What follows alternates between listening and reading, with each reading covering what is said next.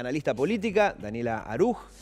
Además es muy bueno en todo lo que tiene que ver con oratoria, con lenguaje corporal. Esto se vio mucho durante la cumbre. Pero, insisto, ¿no? En estos días en los que se debate tanto, absolutamente todo, hay un cierto consenso en que esto tiene que ver con la política exterior del gobierno de Macri, que es esto de la inclusión en el mundo. En ese sentido, bueno, fotos tiene con casi todos los líderes importantes del planeta. Ahora, del otro lado, muchos dicen, bueno, ¿y eso necesariamente implica que lleguen inversiones o que estemos en proceso de ello?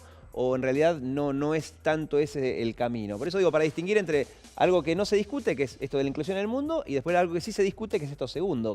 ¿Cuál es tu opinión al respecto? Hola, buen día. Muchas gracias por la invitación. Todo.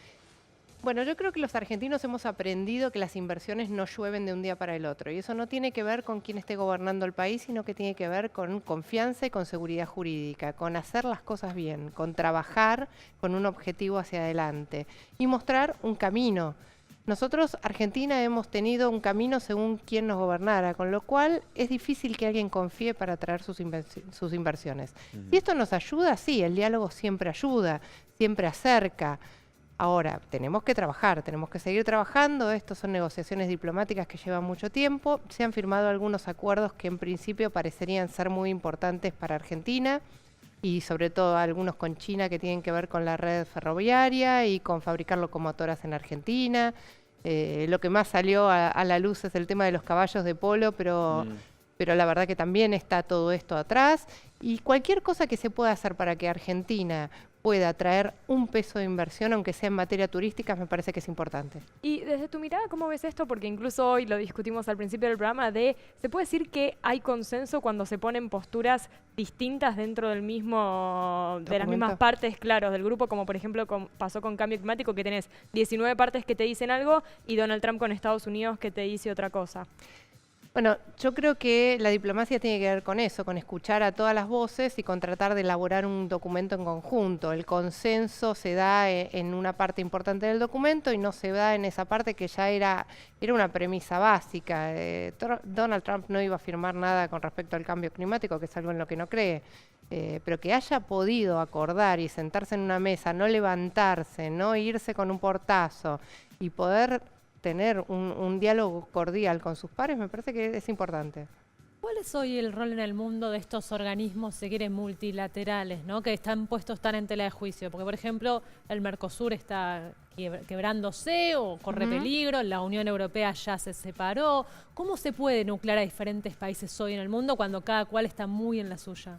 Bueno, yo tengo colegas que dicen que no sirve más que para tener estas reuniones, el justificativo para tener estas reuniones bilaterales en un entorno permitido, ¿no? Que no genera escándalo, porque si Trump lo llama a Xi Jinping o si Xi Jinping lo llama al príncipe saudí, claro. Bueno. El que llama una postura de debilidad, aparte después dónde nos encontramos. Los mira el mundo, algún otro socio estratégico. Algunos colegas dicen eso, yo quiero creer que las bases que se trataron en esta cumbre, entre ellas una era trabajar para desterrar el hambre en el mundo, y eso es muy importante.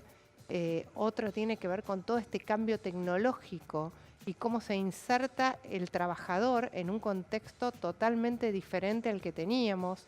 Entonces, mientras tanto se debatan, quienes tienen la posibilidad de hacer, el poder de hacer, se debatan estos temas y estén en las agendas de los países, me parece que es importante que sigan existiendo. Y ahí me quedé pensando en otra cuestión que tampoco se discute tanto, que es lo que recién decía Paloma, ¿no? Y que ratificabas vos. Y es que al principio se decía, bueno, Naciones Unidas ya no está sirviendo tanto como cuando fue creada, porque es difícil que 200 países se pongan de acuerdo en algo.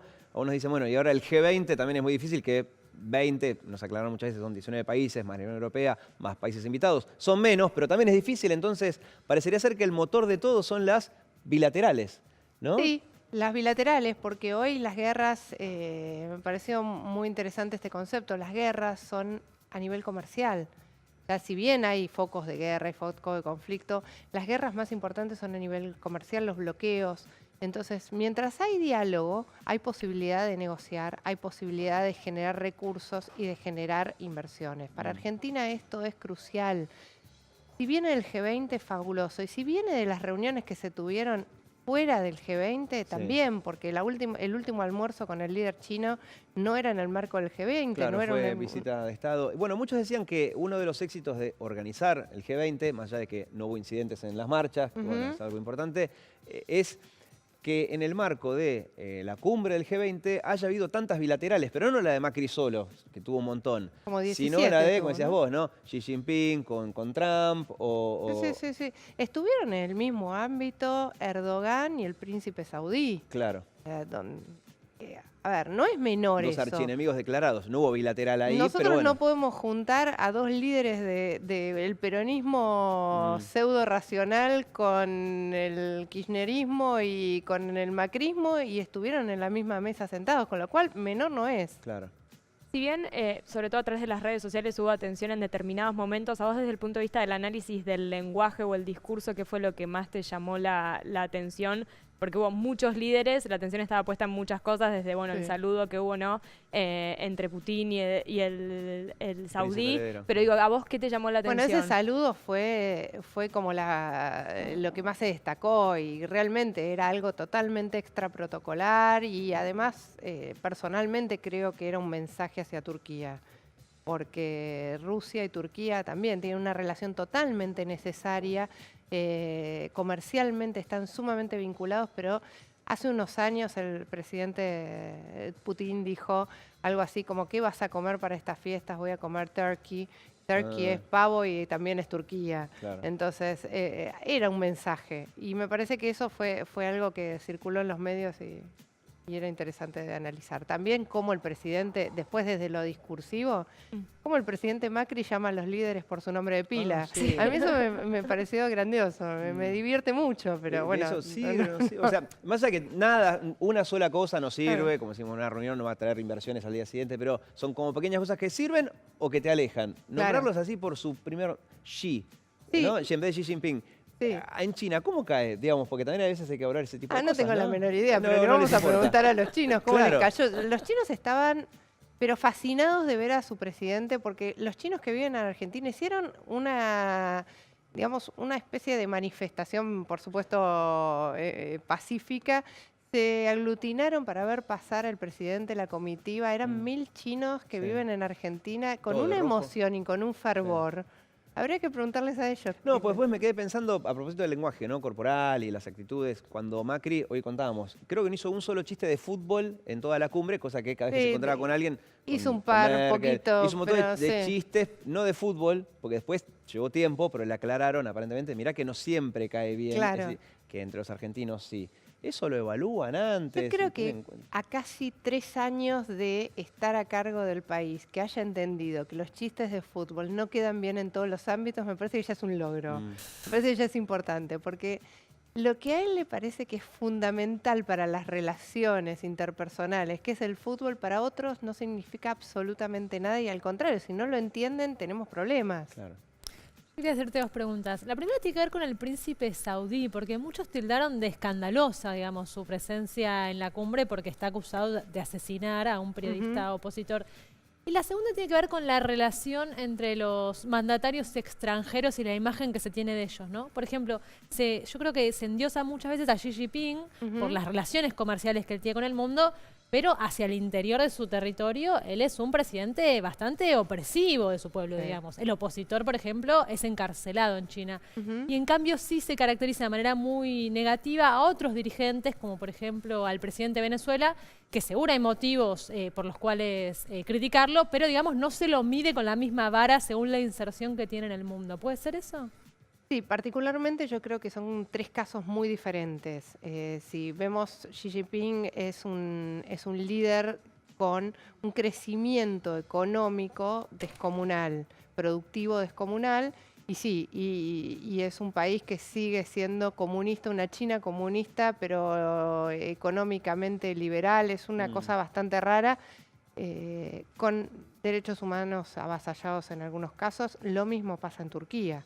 En Turquía, Erdogan limpió las Fuerzas Armadas, limpió la prensa directamente, los hizo exiliarse. Ahora, lo que sucede en Venezuela yo creo que es completamente distinto. En Venezuela el éxodo de venezolanos que no llegan ni siquiera a poder comer y que además no pueden, la oposición no puede ni siquiera manifestarse. Parece que eso es diferente. En cuanto al príncipe saudí, la justicia tiene que fallar, la justicia internacional, y deberían las vías diplomáticas hacer lo que deban hacer para sacarlo de la representación. Se terminó en el encontrando G20. Macri con el príncipe heredero al final, que había dudas al respecto por esta acusación. Se encontró, comentaba que pero no. no hubo fotos. No Ahí hubo fotos. Fue una el Daniela en el único- medio metida diciendo, no hace falta difundir estas fotos, ¿no? Dicen que es el único con el cual no se sacó la foto de A2, esa famosa foto donde Trump sigue caminando, lo saluda rapidito y sigue caminando. Con el príncipe saudí no hubo foto. Claro. Sí, y de hecho en relación con lo del éxodo, ¿no? En Venezuela quedó un poco sabor amargo respecto del tema de migraciones, que era un tema muy esperado porque afecta tanto a América Latina por el éxodo que hay en tanto Venezuela como Nicaragua, como también el tema de los refugiados políticos en Europa, y terminó simplemente con una mención en un artículo a lo vemos el año que viene en Japón. Eso quedó medio como una de las más de las debilidades, ¿no? del artículo. Eso fue muy flaco y era una de las cosas que se esperaba porque realmente es un tema que hay que abocarse y hay que trabajar. Lo único que dijeron es que van a trabajar para ayudar a los países que están sacando a sus ciudadanos de sus territorios. Pero es un problema grave en Francia porque aparece la xenofobia, es un problema grave en Europa, en algunos países, y acá en América Latina también. Clarísimo. Gracias, Daniela. No, gracias por a estas ustedes por la explicaciones invitación. que nos has dado.